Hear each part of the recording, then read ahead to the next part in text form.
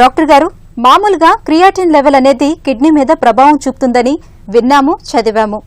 అసలు ఈ creatine level అంటే ఏంటి? ఎవరిలో ఎంత ఉండాలి? ఇది ఎందుకు పెరుగుతుంది? దీనివల్ల జరిగే పరిణామాలేంటి తెలియజేయగలరా అని అడుగుతున్నారు. ఈ ప్రశ్నకు నెఫ్రాలజిస్ట్ డాక్టర్ జి కవిత గారు సమాధానం అందిస్తారు. క్రియాటిన్ అనేది మన బాడీలో అందరికీ ప్రొడ్యూస్ అవుతుంది. మన బాడీలో కండరాల్లో మెటబాలిజం అయ్యి అనేది అది బై ప్రొడక్ట్. క్రియాటిన్ అనేది అది మన కిడ్నీల ద్వారా, యూరిన్ ద్వారా మన బాడీ నుంచి బయటకు వస్తుంది. అది క్రియాటిన్ అనేది అది మార్కర్ ఆఫ్ కిడ్నీ ఫంక్షన్. అది మన కిడ్నీ ఎంత పని చేస్తుందో మన క్రియాటిన్ ద్వారా బ్లడ్ టెస్ట్ ద్వారా తెలుసుకోగలం.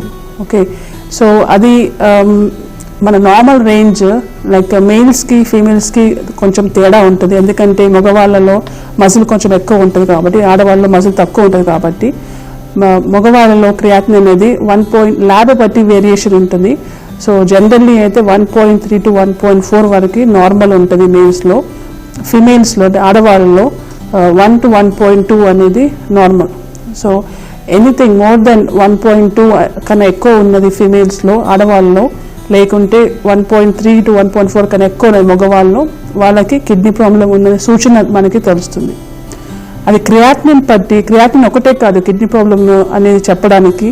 మనము క్రియాటిన్ బట్టి, మనము ఏజ్ బట్టి మన ఒక ఫార్ములా ఉంటుంది. అది దాన్ని బట్టి మనం కిడ్నీ ఫంక్షన్ ఎంత పనిచేస్తుందో చెప్పగలము. For example like 60-year-old creatine 2 ఉండి వాళ్ళకి ఫార్ములా బట్టి చూస్తే క్రియాటిన్ మన కిడ్నీ ఓన్లీ 30% పనిచేస్తుంది. సో దాన్ని బట్టి అది స్టేజెస్, మన కిడ్నీ పనిచేసే శాతం బట్టి కిడ్నీ డిజీజ్ అనేది స్టేజెస్గా డివైడ్ చేస్తారు. సో నార్మల్గా 60% కన్నా ఎక్కువ ఉన్నది నార్మల్. సో ఎనీథింగ్ 60% కన్నా తక్కువ ఉన్నది కిడ్నీ ప్రాబ్లమ్ అని చెప్పవచ్చు.